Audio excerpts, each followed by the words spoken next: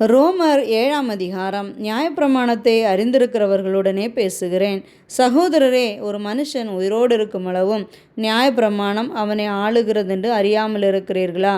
அது எப்படி என்றால், புருஷனை உடைய ஸ்திரீ தன் புருஷன் உயிரோடு இருக்கும் அளவும் நியாயப்பிரமாணத்தின்படியே அவனுடைய நிபந்தனைக்கு உட்பட்டிருக்கிறாள். புருஷன் மரித்த பின்பு புருஷனை பற்றிய பிரமாணத்தினின்று விடுதலையாயிருக்கிறாள். ஆகையால் புருஷன் உயிரோடு இருக்கையில் அவள் வேறொரு புருஷனை விவாகம் பண்ணினாள், விபச்சாரி எண்ணப்படுவாள். புருஷன் மரித்த பின்பு அவள் அந்த பிரமாணத்தினின்று விடுதலையானபடியால் வேறொரு புருஷனை விவாகம் பண்ணினாலும் விபச்சாரி அல்ல.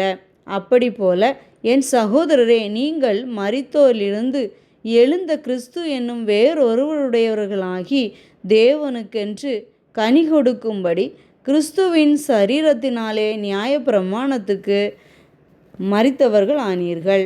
நாம் மாம்சத்துக்கு உட்பட்டிருந்த காலத்தில் நியாயப்பிரமாணத்தினாலே தோன்றிய பாவ இச்சைகள் மரணத்துக்கு ஏதுவான கனிகளை கொடுக்கத்தக்கதாக நம்முடைய அவயவங்களிலே பலன் செய்தது.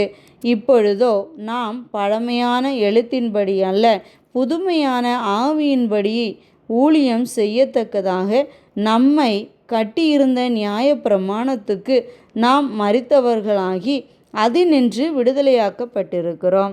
ஆகையால் என்ன சொல்லுவோம்? நியாயப்பிரமாணம் பாவமோ? அல்லவே. பாவம் இன்னதென்று நியாயப்பிரமாணத்தினால் நான் அறிந்தேனே அன்றி மற்றபடி அறியவில்லை. இச்சியாதிருப்பாயாக என்று நியாயப்பிரமாணம் சொல்லாதிருந்தால் இச்சை பாவம் என்று நான் அறியாமல் இருப்பேனே.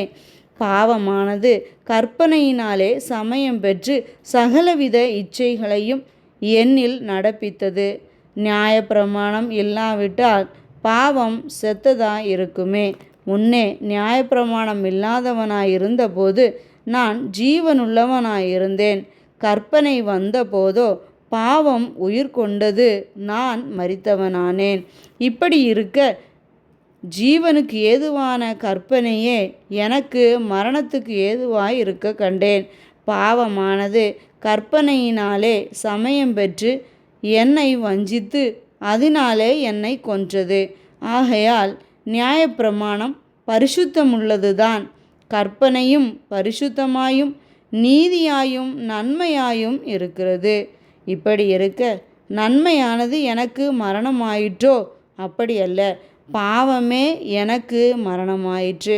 பாவம் கற்பனையினாலே மிகுந்த பாவமுள்ளதாகும்படிக்கு அது நன்மையானதை கொண்டு எனக்கு மரணத்தை உண்டாக்கினதினாலே பாவமாகவே விளங்கும்படிக்கும் அப்படியாயிற்று.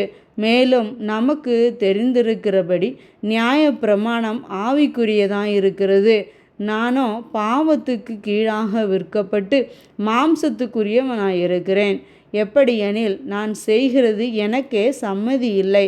நான் விரும்புகிறதை செய்யாமல் நான் வெறுக்கிறதையே செய்கிறேன். இப்படி நான் விரும்பாததை செய்கிறவனாயிருக்க நியாயப்பிரமாணம் நல்லதென்று ஒத்துக்கொள்கிறேனே. ஆதலால் நான் அல்ல, எனக்குள் வாசமாயிருக்கிற பாவமே அப்படி செய்கிறது. அது எப்படியெனில் என்னிடத்தில், அதாவது என் மாம்சத்தில் நன்மை வாசமாயிருக்கிறதில்லை என்று நான் அறிந்திருக்கிறேன். நன்மை செய்ய வேண்டுமென்கிற விருப்பம் என்னிடத்தில் இருக்கிறது, நன்மை செய்வதோ என்னிடத்தில் இல்லை. ஆதலால் நான் விரும்புகிற நன்மையை செய்யாமல் விரும்பாத தீமையே செய்கிறேன். அந்தபடி நான் விரும்பாததை நான் செய்தால் நான் அல்ல, எனக்குள்ளே வாசமாயிருக்கிற பாவமே அப்படி செய்கிறது. ஆனபடியால் நன்மை செய்ய விரும்புகிற என்னிடத்தில் தீமை உண்டென்கிற ஒரு பிரமாணத்தை காண்கிறேன். உள்ளான மனுஷனுக்கு ஏற்றபடி தேவனுடைய நியாய பிரமாணத்தின் மேல் பிரியமாயிருக்கிறேன். ஆகிலும் என் மனதின் பிரமாணத்துக்கு விரோதமாய் போராடுகிற வேறொரு பிரமாணத்தை என் அவயவங்களில் இருக்க காண்கிறேன். அது என் அவயவங்களில் உண்டாயிருக்கிற பாவ பிரமாணத்துக்கு என்னை சிறையாக்கி கொள்கிறது. நிர்பந்தமான மனுஷன் நான். இந்த மரண சரீரத்தினின்று யார் என்னை விடுதலையாக்குவார்? நம்முடைய கர்த்தராகிய இயேசு கிறிஸ்து மூலமாய் தேவனை ஸ்தோத்தரிக்கிறேன்.